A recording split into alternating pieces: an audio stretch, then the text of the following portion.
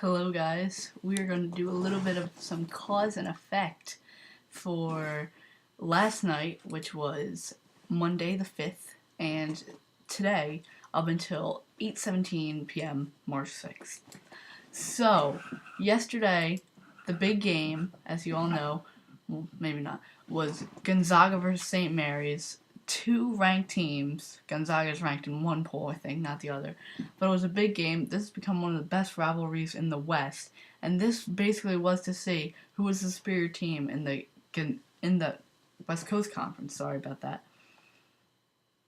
St. Mary's won, but it was a extremely close game, well played by both sides. I came to that game thinking that the winner of that game was going to impress me, and I was going to think that by far they were the best team in the WCC.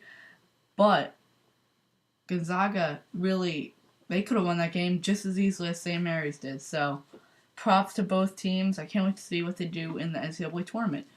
One of the other conference tournament games was VCU versus Drexel. I am actually a pretty big VCU fan. If you'll look over there, you can see my VCU Rams thing on my wall. But that's not the point. VCU was on the bubble. They were one of the first four out. I'm pretty sure they were the second team out.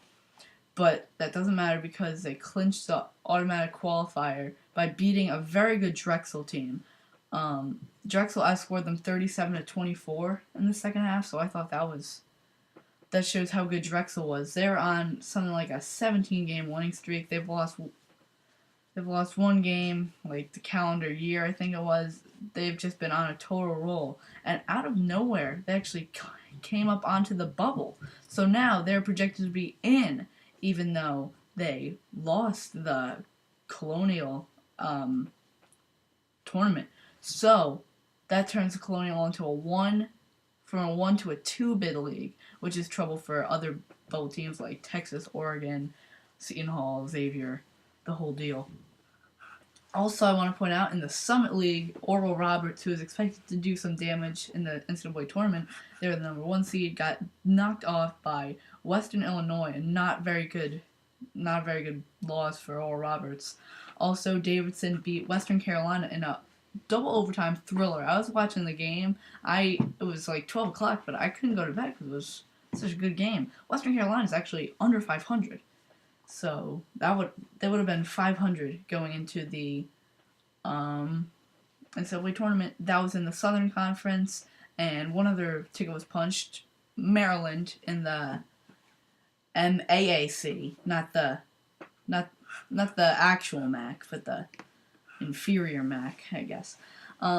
Today, Uconn beat DePaul. Not too surprising, although it's kind of like a reverse bonus question on a test. If you get it right, nothing happens, but if you get it wrong, major points are deducted. If they lost this game, Uconn would have probably been out of the field. So, you got that. The other game was, Pitt St. John's. Pitt won that game handily. It wasn't really ever even close. And Seton Hall, Providence is right now at halftime. Seton Hall's looking like they're going to win that game. So they can breathe a little easier now. And in a shocker, Princeton is beating Penn. And if you don't know what that means that Harvard, the early 12 games in, they were undefeated and everyone loved them. They might not make the NCAA tournament. So keep your eyes peeled for that. It's going to be a great game. It's going to be a great day of college basketball this whole week. This whole week's just going to be great. We also have one more automatic qualifier that's going to get in today. The winner of the Detroit-Valparaiso game for the Horizon League Championship. And right now, we have the Sun Belt Championship, and North Texas is winning. So if you want to stay up to date on all the latest tournament news, subscribe to Sports Talk 82, which is my channel. And by the way, I just want to say, Google Joseph Kony. See you guys later. No, seriously, Google. I'm not even joking.